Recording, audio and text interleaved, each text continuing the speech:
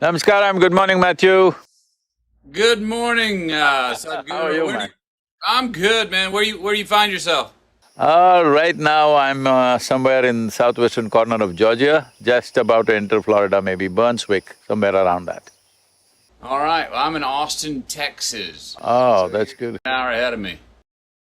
Yeah, but you look at my background, it looks like I'm in Amazon forest. Yeah, man. I knew you were somewhere where it's fertile and a bit jungly. Yeah. Uh, you going around on the book tour? Yes, meeting people, talking, doing a little bit of, meeting people, that's it. No major events because pandemic, no assemblies, but just individual people. That's my last year. I wrote a book, Greenlight, to put it out, and I did it all virtual. It was all this for a year. There were some people that I miss being there in person, but I Yeah. must say that in a lot of ways, this way of communicating is it's very intentional. I mean, because I was in Milan, Italy at 9 a.m., London, England at 10, New York at 11, LA at 12, and when What the kind of LA jet, meeting was what over kind at of 1, I jet was do you having lunch use, with my Matthew? family. What's that? What jet do you use? This jet. That's what I mean. And I was like, look, I was all over the world, and I was done at 1 o'clock. In 30 seconds, when I was done, I was having lunch with my kids. I was like, this system's okay. I kind of like this in ways. I think I've, in 2020, probably I've done 4 times more work than I would normally do traveling, Yep. literally. Yeah. Still finding time to get on your motorcycle. Yes, but right now, this trip I'm driving a truck with a small camper, so not entering any hotels or homes, just living on the truck, cooking for myself and managing things. I've got 4 Airstreams, Uh-huh. and I'm in one of them now in my backyard, and this is what I take on the road right here, and this Okay. particular Airstream. I got something that can go off-road, a little small, not very… that way it's not big as an Airstream, but this will go where you want. Nice. Nice. Well, cool, man. I'm glad we're gonna get to talk for a little while. Say howdy. I'm glad to meet you. I got a friend of mine, Mark Benioff, who's turned me on to you. He's an Okay. avid listener of yours. Um, How's Mark? Is he in Hawaii or in California? no, he's over further west, Hawaii. Yeah, Hawaii, that's what I asked. He told me Yeah, last time he was in Hawaii. yeah, yes. He's doing good. He's the one who turned me on to you. Thank you. Yeah. Um, Let me love to ask you a few questions. We'll get some conversations about all this good stuff. Your opening on karma, and this we could spend hours talking about this because this is my juice here when we say like lift the haze of the contradictions. Let's talk about some haze lifting on the contradiction. There's a symbol to me that has meant a lot to me. It comes from the Bible, Matthew 6:22. It's the mandorla, and it's saying that, and even Ralph Waldo Emerson talks about it. We talk about future and past. We talk about heaven and hell. We talk about good and evil, and we see these contradictions that butt each other. And the mandorla covers itself and is the third eye in the middle, and says that spot is the spot of paradox. That spot is where all the truth lies. That's where all the colors of the truth lies. It's not a contradictory shade of gray and compromise. It's actually where all the good stuff is. Paradox has been very helpful for me in understanding and having a high eye, a third eye, and not being so dualistic. Let's talk about that a little bit. Can you jump on that? Yes, Matthew, what is contradictory is essentially in the psychological space of the human being. In reality, existentially, nothing is contradictory, everything is complementary to everything else. Is the day contradictory to the night? No, it is complementary. If it was all day, you wouldn't know what is night. If it's all night, you wouldn't know what is day. So essentially, human perception itself, because it is through five sense organs, it can only always perceive only a part of it. See, if I show you this part of my hand, you cannot see this part. If you see this, you cannot see this. This is the nature of all our perception. All the five senses are able to perceive only with the context, otherwise they cannot. So because of that, because we are fed with this kind of part information, our mind tends to think that everything is contradictory to everything else. Man is contradictory to woman, night is contradictory to day, light is contradictory to darkness. No, they're all complementary to each other. It is just that because our perception is so fragmented, five sense organs are made that way. These sense organs are only good for survival process. If you want to know, they are no good. They are only good to help you to survive on this planet. That you can do by perceiving things clearly through your sense perception. If you want to know life the way it is, if you want to know this phenomena of life the way it is, you have to go beyond your sense perception. In a way, the entire yogic science is all about this. Even the karma that we are talking about is all about this, because all the karmic inputs are in this sense, bits and pieces of information out of which we are trying to make something. This is like a child starting to, let us say, we give him a 1,000,000-piece jigsaw, he puts 4 pieces together and says, here I got it, this is a bear, all right? But there are 1,000,000 other pieces that you have never seen.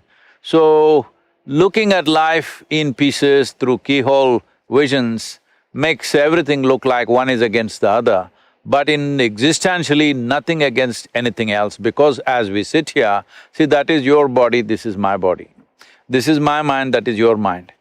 What you call as my body, what I call as my body is what I have accumulated is my body, what you have accumulated is your body.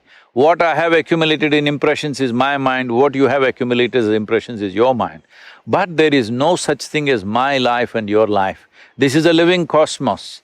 You have gathered a little bit, I have gathered a little bit, we're enjoying that. The privilege of creation is, the magnanimity of creation is that though we are really nothing in this existence, it has given us an individual experience, which is a tremendous, tremendous privilege. Unfortunately, human beings are not able to appreciate or understand this privilege. Though you are not even a speck of dust in this cosmos, you have an individual experience. You can look at it from your own end, as if you are a whole universe yourself. But if you take this individuality too seriously, everything will be contradictory. Once it's contradictory, as you get more invested in these contradictions, conflict is a natural outcome, you know. Yes, heard. You know, you said in your book, destiny is what you create for yourself, fate is when you fail to create your own destiny. I am a believer in responsibility. I heard that you don't drive through the red lights. I've run a few red lights. All right, but again, I say, you know, if for people that say, oh, it's all fate, then I always I half jokingly say, okay, then run all the red lights, see what happens. I mean, I believe that the prime mover or God, whatever, or life, that once our hands on the wheel, saying we are self-determining creatures. Don't just take the hands off and just completely, inshallah, the whole existence of going through the world. So there's a responsibility and fate, I think, and there's the fate of responsibility, and is that sort of what that line's saying? Destiny is what you create for yourself. Fate is when you fail to create your own destiny. That would be, there's a fate of responsibility. Fate is a fact in waiting.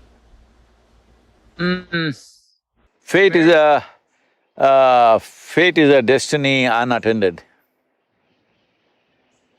You did not attend to certain aspects of your life, so they will go by the tendencies that exist within you or by the social situations that are happening around you.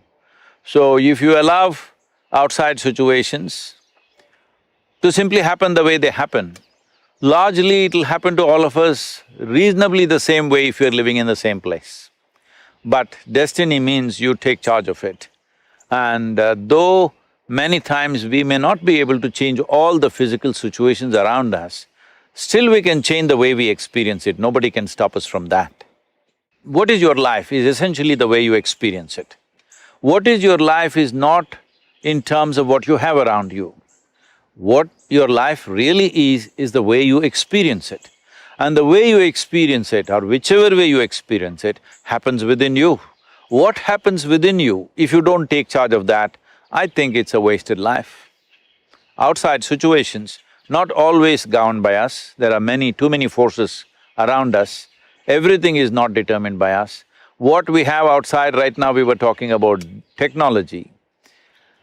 Well, if you and me existed 500 years ago or 1000 years ago, what we could do would have been very different. So what we are doing now, let us not take too much pride in what we are doing right now, because this is a consequence of the times in which we exist. If we did exist here at 10,000 years ago, I don't know if you would have found a cave in Austin, I would have found in India. So Yeah. Yes, would have been somewhere else doing it some other way. Yeah. So what we are doing is a consequence of times, but how we experience it is entirely ours. A caveman also, there were cavemen or cavewomen who were joyful and miserable. Today in 21st century, with all the conveniences, there are joyful and miserable people still, all right? So it is the way you experience is determined by you, not by the situations around you. Heard, thank you. You say this line, I love the… You've been reading the book. I haven't read it yet, I've been trying to open it, it never happened. Well, you haven't read your book, you don't need to, you wrote it. You know, I actually just got this 2 days ago. I have not had time to read the whole thing, but I've gone through it and seen some nuggets that felt like lyrics that I like, oh, I like that song.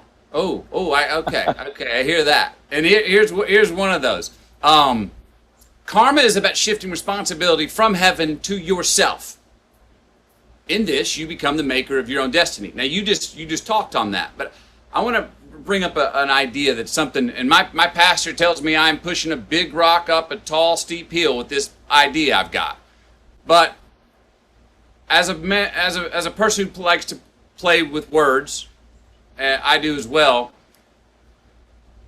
I believe that we should be… I'm trying to redefine the word selfish. That being more selfish is actually being more selfless. That being more selfless is actually being more selfish. That we have greater gratification, we have greater joy, we have greater gifts.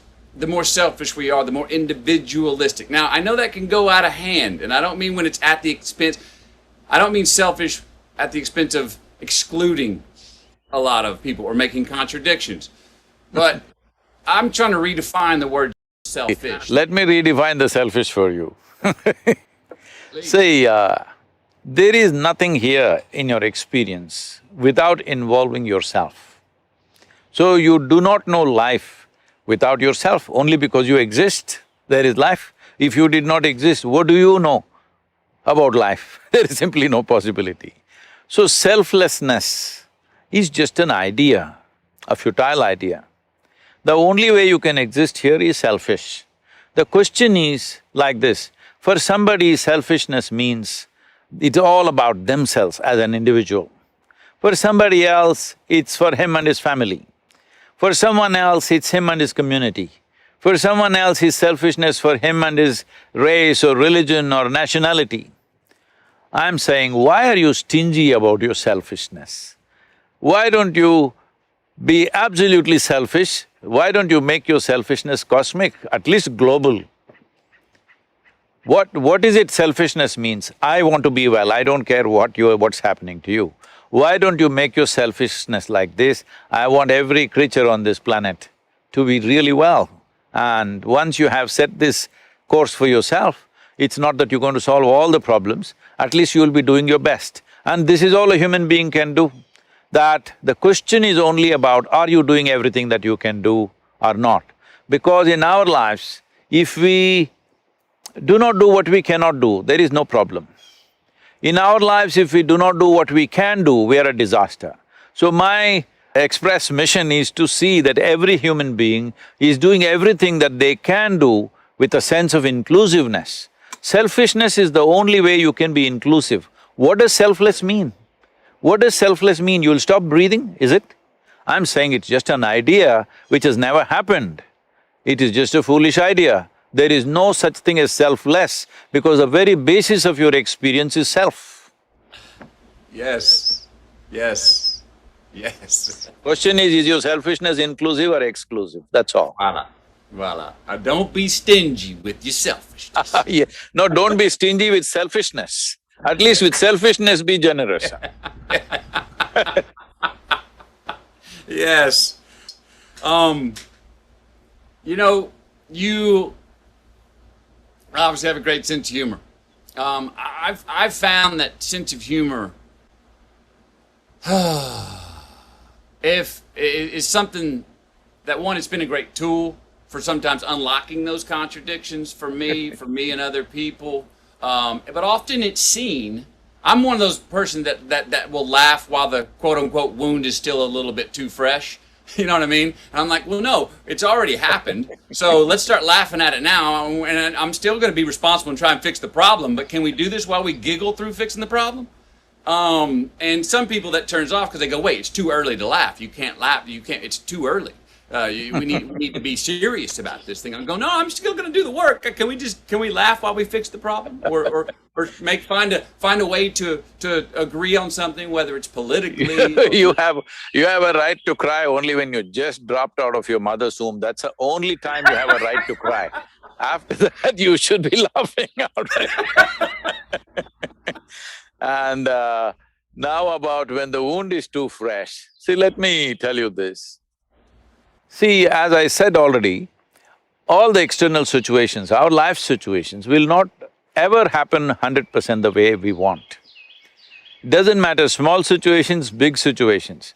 As your involvement grows in the world, you will see more and more things will not happen the way you want. So what happens in the world, we must understand, it's a reality which involves many forces. We are also one little force in that. So we can push it, we can use our skills, we can use our intelligence, we can use our influence and push that piece as far as we can. But there are too many pieces. It will never happen 100% your way or anybody's way, and I'm glad it is so, because if it all happened your way, where the hell do I go, huh?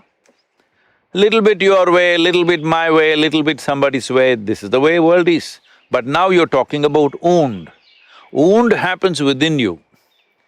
So this one space which you call as myself must happen 100% your way.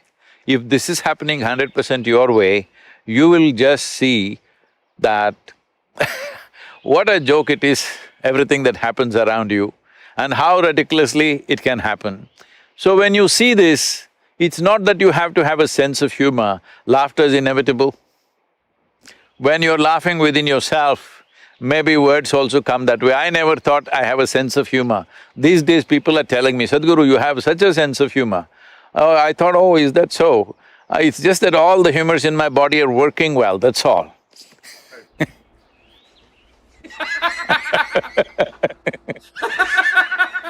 Let me tell you this. This happened, Shankaran Pillai once had a franchise for Radio Shack. I think Radio Shack is closed down now, if I'm right. Is it closed down or still on? I think they did. No, I think they did. Okay. I think you're correct. So he used to have a franchisee-ship for a Radio Shack. So one day he ordered a particular component. Looking at the catalog, he saw it is… he wanted a component which is 669 number, he ordered. And the component arrived after a few days. He looked at it and they had sent the wrong number. It was 966 they had sent. He wrote back to them and furious, you sent the wrong part. They said, just turn it around and see. Most of the time life is just that. You're seeing it one way and freaking, turn it around and see, you will laugh at the whole thing. Just flip it over, yes. Or say it back to front, what makes sense, the foot's on the other shoe. in my in writing my book, I noticed ways that I got what I wanted in life, ways I got what I was seeking, and I was very clear, even going into writing it, about there have been many things where I've engineered the success, that I have set the goal, that I said where I wanted to go and went to it and attained it as a traveler. Okay? Set goals and go get them. But I was surprised at how many times that I've found and got what I wanted or succeeded when I was looking for what I did not know what the hell I was looking for. When I was like, I'm going to go seek it. Those are the best times, huh? They're awesome. The one-way tickets, with no return ticket to go on a walkabout. Going, I don't know what I'm... You don't do walkabout in America. You need to go to Australia to do walkabout. I've done the walkabout in Australia. I've done the walkabout in Mali, Africa, and Peru, the Fugamundi. Yeah.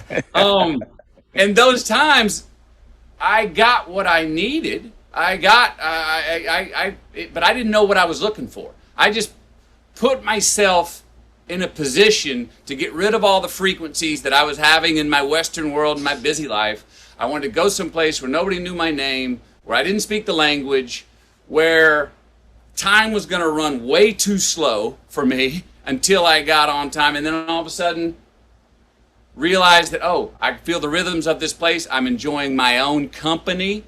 Because those trips for me, the first 12 days, I do not enjoy my own company. If you do not enjoy your own company, that means you're in bad company, obviously. Well, it takes 12 days. I had to, I think there's a value if you don't enjoy your own company to go, that's why I need to spend more time with myself then, so we can work it out, because I'm the one person that I can't get rid of, so let's work this stuff out. But after about 12 days, on around the 16th day, around the 12th day, I have a breakthrough where I'm like, okay, I've shaken off my demons, I've pulled off my talismans, I'm a naked child. And that's when all of a sudden, boom, an answer comes, and I'm light, and I've shed certain guilt, and I'm present much, and I'm not looking around the bend to see what's coming. I'm not looking over my shoulder to judge where I've been. But I guess my point is, we're all, sometimes we don't know what we're looking for, but we go find it. You talk about seeking the unknown, but to put ourselves in a place, do you think there's a value about put yourself in a place so you can hear it? Put yourself in a place so you can receive it. See, people keep coming to me and say, Sadhguru, please bless me, this should happen, that should happen. I tell them, see, my blessing is, may all your dreams not come true. They get shocked. I said, Sadhguru, why?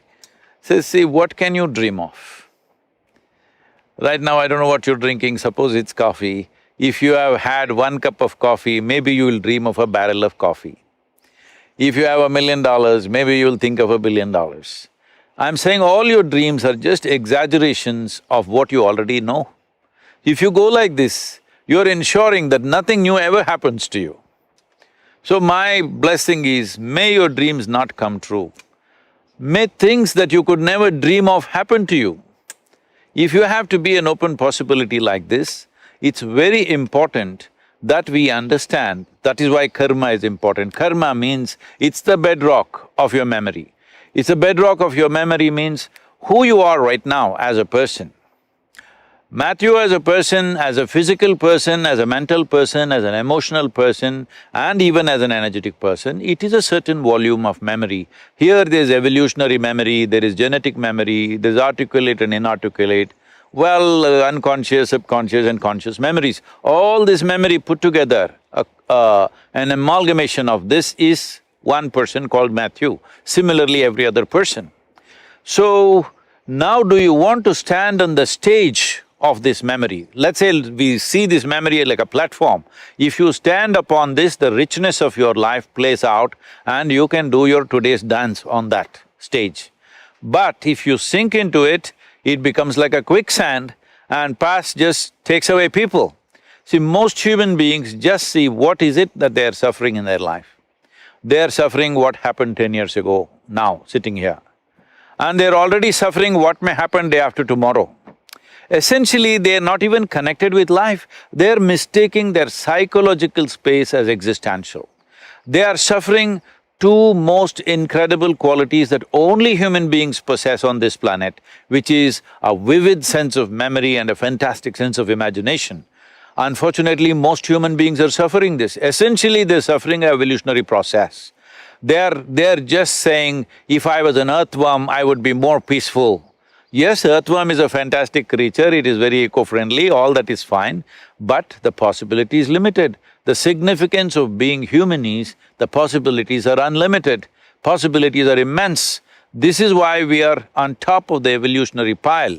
When I say on top of the evolutionary pile of all these millions of creatures which are there on this planet, well, we are trying to reduce their numbers unfortunately, but of all these millions of creatures, in terms of evolution, in terms of our neurological capabilities, perception and assimilation of what we perceive, we are on top of the world. But most human beings are not feeling on top of the world because they are sinking into the platform of their memory. This vast memory is a tremendous thing. See, otherwise today, I'm just saying, see, here I am sitting, there is an evolutionary memory in me, which tells every cell in the body, clearly speaks, this is a human being. Suppose I got fancy for dog food and started eating dog food for 3 days, will I become a dog? No, there is evolutionary memory within me which will never allow anything like that to happen.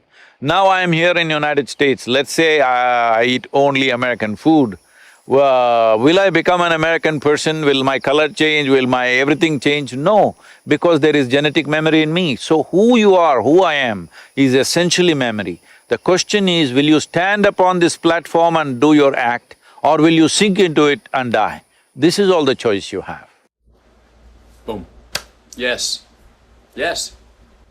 You say, I hope your dreams don't all come true. I love that. Don't say that, don't tell everybody, they will curse me. but listen, but tell me, here's what I hear when you say that. We're such a result-oriented people and culture. I gotta have my result. And we if I just get to the top of that summit, I'll have the ta-da moment. And we get to the top of the summit, we see it's a false summit. There's millions of more summits on the other side. You keep climbing, and there's another one. There's not a ta-da moment where we go, I've got it, all figured out. I think we get caught up so often in short-term gains and short-term return, choices that give us short-term return on our own investment, us. And we're not making choices that are gonna buy us delayed gratification, not only longer in this life, but after we're gone, for our kids and our grandkids and our great-great-grandkids. So it's all a process, is what I'm hearing from that, and how I'm choosing to take that line. It's all a process. Enjoy the process. You do not ever get there. That's the point. That keeps it a game, because if you got there, the game's over. See, the finish line, everybody is interested too much in finish line, especially in the Western world, they think finish line is everything. If you're so interested in the finish line, do you understand what is the finish line for life? You want to cross it quickly, is it? It's ridiculous. Ridiculous. Everybody wants to live.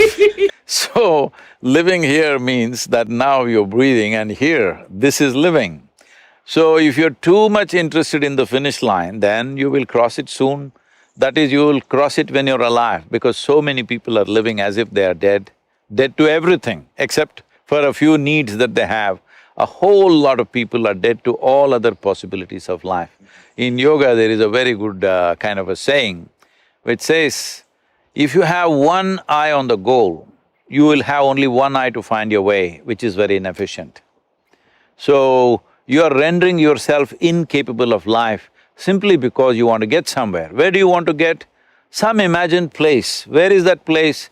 It is just an exaggeration of the past you've already experienced, because you cannot imagine something that you have never seen. You cannot imagine something for which there is no data, because your mind essentially functions from the data that you have gathered, which is essentially your past.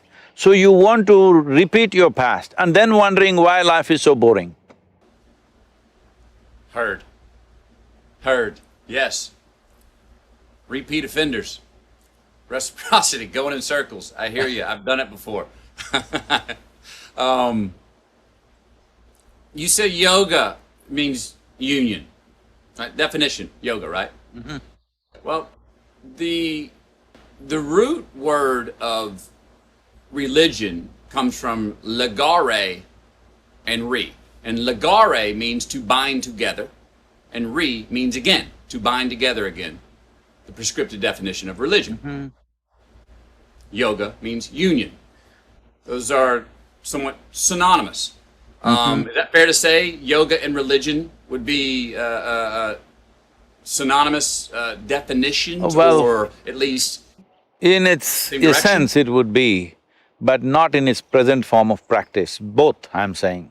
The way yoga is practiced in America is not synonymous of union. The way religion is practiced largely The way across the religion is world. practiced in the world is not synonymous, Yes. not synonymous with what real religion So is either. both of Yes. them in definition, maybe they are same, but unfortunately the way it is practiced is very different. But why yoga is simply because this is not based on belief system, it is based on your experience, at least you know where the hell you're going. With belief system, you just believe you're going in a certain way, which gives you a certain psychological comfort, it gives you solace. So essentially the choice is this, are you seeking solace in your life? That is, you want to just quieten your mind and be happy with little things, or are you seeking a solution for this life? Because once you have come with this human intelligence, if you don't immediately get engrossed with some petty thing around you, it is natural for every human being to think, what is all this about? Where did I come from? Where will I go? What is the process of this life? What is the meaning of this? What is the purpose of my existence here? And is my existence just a blimp that I just come and vanish, or is there something else? Essentially, what is the nature of my existence? This is a question that no human being can avoid unless somebody works on you very young and they tells you are this, you are that, you are going to this heaven or hell or whatever. Unless somebody washes you up like this, it is very, very natural for every human being to ask these questions. And these questions are good, this confusion is good, because when you realize you do not know, see, people have misunderstood and unfortunately not understood the significance of I do not know. I do not know is the most significant thing in your life, because the moment you see I do not know, the longing to know, wanting to know, seeking to know is a natural consequence. Once there is a strong seeking, knowing is not far away, because anything that you wish to know about life, you don't have to search through a microscope or a telescope, because you are life. This is life. Right now I may call this by a name, right now it may have an identity in the world, but essentially this is life, and this is the only life I can experience. See, right now all these beautiful trees, I don't experience them. I only experience them the way they happen within me, the way they reflect in the firmament of my mind, and how I relate to them. Whichever way, I will only experience these trees within myself. There is no way I can experience these trees out there, and that's true for everything. You cannot experience anything out there, it can only happen within you. All experience, pain and pleasure, joy and misery, agony and ecstasy can only happen within you. Every kind of experience happens within you. When you understand this, well, if you realize I do not know, and then you start looking, naturally you will understand this. Once you understand this, finding the nature of your existence and becoming the master of your destiny is a natural consequence. The problem is we kill I do not know with belief systems, ideas, philosophies, ideologies. If you keep all these things aside, I think that's what in some way you did in your desert. I don't know which desert you went to. You didn't go to Kalahari, did you? No, I was Sahara and then West Texas. Okay. So, So in a desert means you're alone. So as you said in your own words, initially you're confused and struggling, but then as you pay attention, because when you nothing else to pay attention to, you naturally pay attention to how you work, every muscle in your body, the breath, heartbeat, everything, then you will start noticing what you call as within or what you call as me is an entire universe, and that's the only universe you've experienced.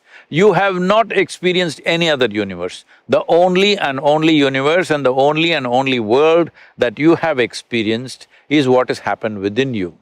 Once you realize this, then you fix the world the way you want it, within yourself. Outside world, we do our best. So you think it's the outside saying, because I've gone through that where, man, I felt like I had to be in the know. Only recently have I shaken hands with the fact, no, I love to be in the know. I also want to be in the know of what I don't know. And like, I want to know what I don't know and know that I do not know. And saying, oh, that's a good thing, Matthew, was what I'll tell myself. So, but is it, do we not give ourselves enough credit to, or is the I don't know is like a blind spot? It's like, whoa, I don't know. No, I know is a blind spot. Let me clear this. I know is a blind spot. See, right now, let's say you're driving, a truck was coming behind you and you saw it in the mirror. So do you see what is behind the truck? So you know there is a truck coming, but that's a blind spot, it blocks everything else. So right now you think, I know, that's like a blot in your brain, it doesn't allow you to see anything else. If you see I do not know is not about things around you. Fundamentally, see, you and me are sitting here talking long distance. We're sitting on a round planet, the damn thing is spinning all the time and also hurtling through the space at tremendous speed. In the middle of nowhere, nobody knows where this cosmos begins, where it ends. In the middle of nowhere, a tiny little mechanism called solar system. In that tiny little, super tiny place called planet Earth, in that Texas is a micro super space, in that Austin City is a super micro space, in that you're a big man. This is the problem. Because the moment I think I know, I become big in my perception. Once I become big, inevitably I'll make a fool of myself. Whether I realize this in this life or not, somebody who has eyes to see will see this is a bloody fool.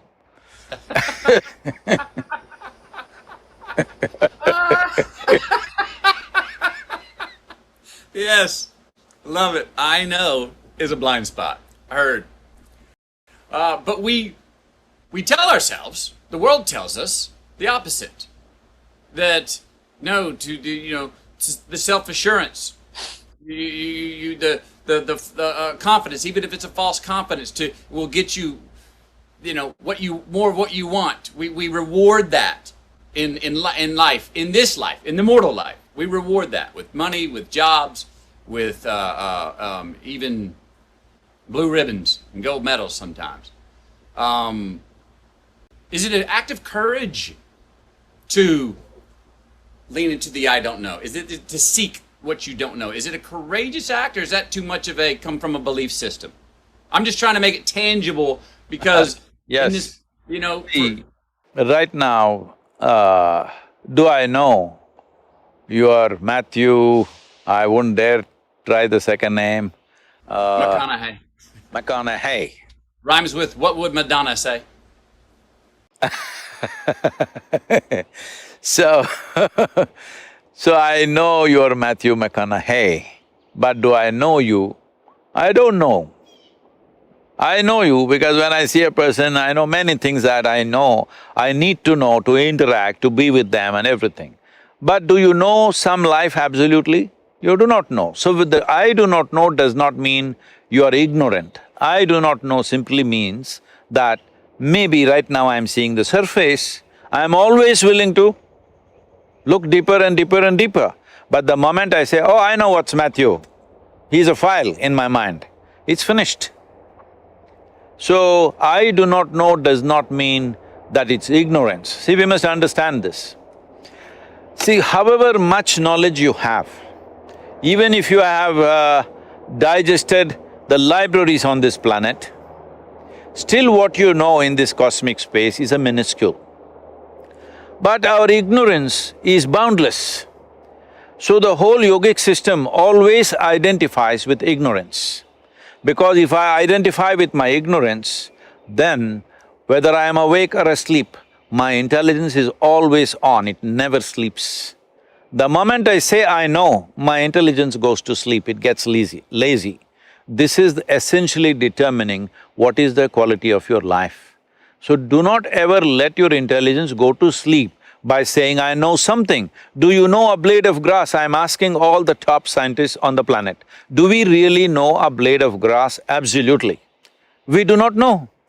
As you look deeper and deeper and deeper into it, there's more and more and more to it. See, the top scientists in the world have openly saying, we not only do not know, we will never know. All right? So this is does it mean these people are ignorant people? No, they may have more knowledge than most people on the planet, but they are saying this because they have looked deep enough into life. And if you look deep enough into life, you will naturally see what you know is a minuscule, what you do not know is an endless possibility. So do you want to take away the boundless possibility because you know a spot? I don't know is not ignorance, it's an endless possibility. Ignorance is a boundless thing, knowledge is a very limited thing. Fun. Fun. That's what this sounds like, fun. The adventure. Can you open up your definition of expansion? What most people would say would be your teaching, you call it technology. That clicks with me too. But can you open up to talk about your definition of expansion for us? Everything, right? See, before that, what you referred to as technology, why this is technology is, see, if I give you a belief system, you may believe it, you may not believe it. If I give you a teaching, you may like it, you may not like it. If you give a philosophy, you may agree with it, you may not agree with it. Now I give you a technology. All you have to do is learn to use it. Whoever learns to use it, for them it'll work, it's as simple as that. So, it doesn't matter, right now, some people were complaining when that ISIS war was going on in Syria and Iraq. In America, some people that I know were complaining, can you believe it, they're using our iPhones and doing all these attacks. I said, this is technology. Whoever learns to use it, it'll work. You don't have to say any of your religious slogans to make it work. You learn to use it, it works. So this is… yoga is a technology, you just learn to use it. It doesn't matter who you are, what you believe, what you don't believe, all this doesn't matter. You just learn to use it, it will work. So what is expansion? See, word yoga means this. Well, you already came to a little verbal meaning of that, which simply means union, or actually that other definition you said, I'm sorry, I'm neither Latin nor Greek. So you said Religion. something about yoking, all right? To bind together again. To bind together. The word yoga literally, if you go back to its original meaning, it means to yoke. You yoke together. See, right now what yoking means is, see, when you sit here, you are an individual person. This is why I said the greatest magnanimity of creation is, it gave us an individual experience. There are swarms of insects here. For them, they don't have an individual experience, they experience themselves as a swarm, as a species. But we experience ourselves as an individual. Unfortunately, instead of enjoying this privilege, we have made this into a point of conflict between each other all the time, me versus you. But this is the greatest privilege that we can sit here. I want you to just imagine, suppose you looked at you or me from, let's say, Galaxy Z. What are we? Even through a telescope or a microscope, we are not visible. It doesn't matter what they have, we are not visible. We're such a tiny speck of dust, literally. But we have an individual experience, it's not a small thing. We can look at the universe and wonder what this is all about. This is not a small thing. So this individual experience or the sense of being an individual, when you take it too seriously, then you get lost. Then you have to yoke with the creation. You have to become one with it. Only then you know life, otherwise you are misunderstanding your psychological world as existential. Right now, this is all the problem with human beings. Somehow nature trusted that if we give you so much intelligence, you will make the best out of it. Tell me, Matthew, in your experience or in anybody's experience, does intelligence spell solutions or problems? Intelligence means solutions, isn't it? Unfortunately, today it's human intelligence which is causing all the problems, simply because we are too stuck with our individuality. We don't understand this is just a privilege. Tomorrow morning if they bury us in the land, we will become one with everything, all right? All this countless number of peoples who walked this planet and they also thought they are great people, where are they? All topsoil right now. You and me also will be topsoil unless some friends choose to bury you real deep, thinking you may rise from the dead, you know fearing rather So I'm saying, we are anyway part of this. Without taking a breath, we cannot live. Without food, water, we cannot live. Without constant interaction, we cannot live. But we are acting like concrete block individuals. We are absolutely individual. Yoga means you obliterate the boundary of your individuality so that you experience your universality. Once you experience your universality, if I experience everything around me here, everybody around me here as a part of myself, after that, do I need any morality? Does somebody has to tell me, don't drop them, don't kill them, don't do this, don't do that? Once I've experienced something as a part of myself, with that I have no conflict. This is yoga. See, right now, for example, these 5 fingers, I have 5 more, okay, I'm only showing you 5. These 5 fingers, you also have 5, not bad. So, these 5 fingers, right now I experience them very much as a part of myself. But this is just the food I've eaten. Food I've eaten means it's just the soil that I'm walking upon right now, it's just a piece of the planet. But right now, this is very much me. In my experience, this is totally me. Now, why is this so? See, right now, there's a glass of water here. The water in this glass, is this me? No. If I drink it, will it become me? Of course. More than 70% of my body is water. So what is it that happened? All that happened was, as you have a physical body, you have a sensory body. Your sensory body is the boundaries of who you are. See, if you touch your you do this, Matthew, with your right hand, just touch your left hand. Is that you? 100%, isn't it? Touch the chair on which you're sitting, is that you? No. No, how do you know? It's just that here there are sensations, here there are no sensations. So essentially what you're saying is, what is within the boundaries of my sensation is me.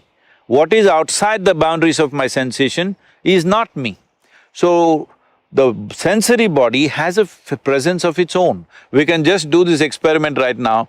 Just close your eyes, just for 20 seconds, briskly rub your hands like this.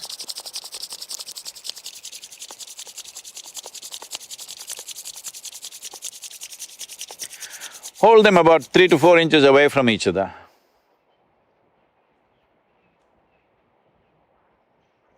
Something happening between them, isn't it?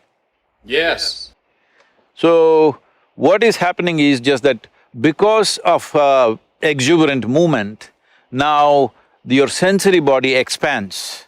So, you know why people are rubbing each other all the time? Because somebody who is not you, you begin to experience them as a part of yourself, maybe momentarily, but it happens. So right now what yoga means is, you sit here without any outside activity, just sit here and make your life energy so exuberant and active that your sensory body expands. If your sensory body expands to the size of the room in which you're sitting, you will experience everything around you as a part of yourself. If your sensory body expands like the universe, then we say you are a yogi. That means you become one with everything. Today, if you go to a yoga program, In a studio, people are calling themselves yogis, that's not what it means. It means that you obliterated the boundaries of your individuality and you became one with everything in your experience. Even if this happens for a few moments in your life, after that you are never the same again. Because everything that you see, man, woman, child, tree, animal, bird, everything, somewhere deep inside you know this is part of me. When you know this, you don't have to be driven by commandments or morals or values or ethics, no. You are running out of your humanity, the life that you are, and that's the way you should be. If your humanity is dead, then you need lot of morality. If your humanity is alive and overflowing, everything will be fine, you will do the best that is for yourself and everybody around you, and we would completely live a different life. And right now with this pandemic and everything, this becomes very essential. This is the time for us to stand up and show what kind of human beings we are. Yes. Yes. Individually. And what you just said about the individual experience is all, that's who we are, that's all we have. But the yogi is connected with the universe, all right? So the I, it's where the I meets the we. The yoke of the I and the we. Would that be fair to say? That's how I phrased it. I and the all. Is it I and the all? We means there are still multiples, all right? So all, I and the all? Yes, you are the all. Right now, I launched a whole program, an ecological program in India based on this. I saw that we had to increase the green cover in the state in which we were, which was at about 16.5% at that time, the aspiration was 33%. So I told them, see, you have to plant 114 million trees in the next 8 years. They rolled their eyeballs and said, how is that possible? Do you know what is 114 million? How can we plant that many trees? So I told them what is their population. It was about 62 million. I said, if all of you plant one today and one more after 2 years, then it is a done thing. Only thing is all of you will not participate, that's the whole problem. So I made a simple process, I made people sit under trees and made them breathe. I set up a spiritual process for them, where I clearly made them experience, see what you exhale, the trees are inhaling. What they exhale, you are inhaling. Literally 1/2 of your breathing apparatus is hanging out there. Once they felt this experientially, you can't stop them, they're still planting trees all over the place. Today, we have planted millions of trees and it's still going on. Right now, our goal is to plant 2.42 billion and Mark Benioff came in between and now he's telling me trillion. Yes. What's after that? Is there such thing as the zillion, or does it go straight to Googleplex? No, after that, one day to be buried under a tree so that you become good manure for one tree at least. Because that's all the flesh I carry, only for one tree. So question, so you have that experience, which you said lasted about 4.5 hours when you were on your rock with your favorite tree growing up through the crack, and you had that experience. How many years ago was that? That was when I was… that was 1982. So 82, so 21 and 18, 31, years. 41, 39 years. Here we go. So, I think many, most people go and have had certain experiences where they felt like what I would call crossing the truth and going, whoa. I know I've had experiences in my own life where I'm like, that was true, it landed on me, it was as light as a butterfly but strong as a lightning bolt. I know that what I just realized is true for this time, that time, and all time, and I have to tell myself now, the hard work, Matthew, is going back into the busy society and maintaining it. Now, the problem with maintaining is I was doing tools to try and hang on to it, which is not what you're saying. No. You're saying, boy, it happens. It doesn't need maintenance. It's not You're not maintaining the sky, are you? Nope. You're not maintaining the sky. So, in our perception, in human perception, boundlessness means the sky. Boundary means the planet, in a way. Okay. So, When something really boundless, you cross some limits. See, so many people, especially maybe not so much in Texas, I don't know, but more in California, I'm going there in a few days. Everybody talks about how they broke their barriers because they smoked this, because they drank this, because they did this. See, all this is fine, I'm not saying it's not genuine. See, it can be induced in so many ways, okay?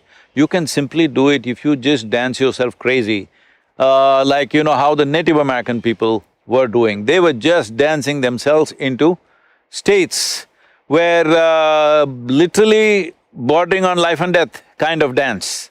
But because of that, they broke through. But these kind of things if you do, you will have experiences. Definitely it may bring some sense of wisdom, but it'll also get you addicted to that particular activity. If any that particular activity, maybe a dance, maybe a drug, maybe a smoke, whatever it is. I'm saying if you create any experience within you with a certain physical activity, naturally you will get addicted to that physical activity. It may be alcohol, it may be drug, it may be sexuality, it may be adventure, it may be jumping off the mountain. For different people, it may be different things. But essentially you will get addicted to the activity because you see that activity as the source. Now, this is what is significant about the yogic process, that there is a step-by-step ladder if you climb, then after that, without any activity, sitting in this space, you can be in that state. Once that happens, there is no maintenance. Voila.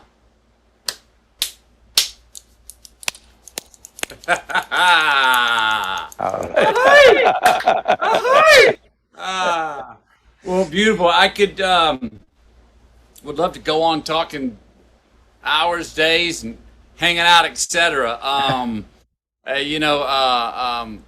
really dig where you're coming from and happy you're sharing what you're sharing. Because I think you're turning a lot of people, obviously turning a lot of people on to themselves. Amen for that. For keeping us involved. And boy, we need that, like you said, we need personal involvement now more than ever to evolve as a species, it seems, you know. So this is a time, I'm saying, particularly in India right now, last 2 weeks have been grim, all right? It's been a very grim situation out there and still going in that direction. Well, now lockdowns, curfews, all coming, maybe it'll turn back a little bit, but we need to understand this, that we have come to a time where there are many, not mainstream scientists, there are many, other kinds of scientists who look at various things. They need not be 100% wrong or 100% right. They're talking about how this has all happened because of the biological push we have done on other creatures, whatever. This is a script for Hollywood movie, that how we pushed the biology and how all the virus sat together and planned and got at us. I'm saying not that, but I'm just saying, essentially, we have reached a point. Different generations have reached different kinds of situations, but we have come to a place, our fortune is right now, this virus, the carrier, the sole carrier is human being. Earlier, we've had this kind of pandemics or epidemics where carriers were mice, birds, mosquitoes, other kinds of things, we couldn't stop them. What we were thinking of in our mind at that time is how to completely eliminate all the mice on the planet, how to get rid of the mosquitoes, absolutely, genocide. We were planning genocides on them. But right now it is us, we are the carriers. You can see this as a great blessing and a great curse. If you would see it as a blessing if you are a conscious human being. Because if all of us across the world, I know this is right now an utopian thing, if all of us had the sense to 14 days, just be with 2-3 people that we are and not meet anybody for 14 days, the pandemic is largely over, all right? But we won't do that. We need a haircut, we need to go to the pub, we need to do this, somebody needs to go to the temple, somebody needs to go to the bar. Everybody has all this because we are such compulsive creatures right now. The significance of being human is, there's nothing big about us except that we can conduct the same things that the animals do consciously. We eat, we sleep, we copulate, we die, all right? The question is, If we do it consciously, it looks human. If you do it compulsively, it looks animalistic. So right now, this is the time for us to exhibit how conscious we are. As a generation of people, what sort of people are we? Simple commitment, I will make sure I am not infected. But if it so happens I'm infected, I will ensure it will not go to one more person. This much commitment if we take, it's over. It's a small, short-term inconvenience for long-term freedom. And also, we are too committed to our lifestyles, we are not committed to our life. We think our lifestyles is life. No, lifestyles is a consequence of time, in the times we are in which we are living. Life is the real thing. So right now, focus on life, that this life should not be put to risk, no other life should be put to risk. Lifestyle doesn't matter, you can make your lifestyle differently, what is the big deal? Yeah, I'm driving and sleeping in a truck, so I've changed my lifestyle completely. I hear you. Oh, I hear you. Great talking to you. Thank you, Matthew. Today. I look forward Wonderful. to our next time. Yeah, I hope to catch thank you up for the somewhere. wisdom, the laughter and all. I hope you have a great road trip and keep enjoying yourself out there, getting off road, and we'll talk to you next time wherever Yep. you are. or I'm in crossing person. Texas, keep the cowboys off me, huh? Oh, come on, you'll fit right in here. Come on in. Howdy. It's about 974 miles east to west. Come on through, man. Stop wherever you want. Hospitable state. We'd love to have you. Let me know when you come. Yes, thank you. Sadhguru, Matthew. appreciate it. Yes, Wonderful. sir.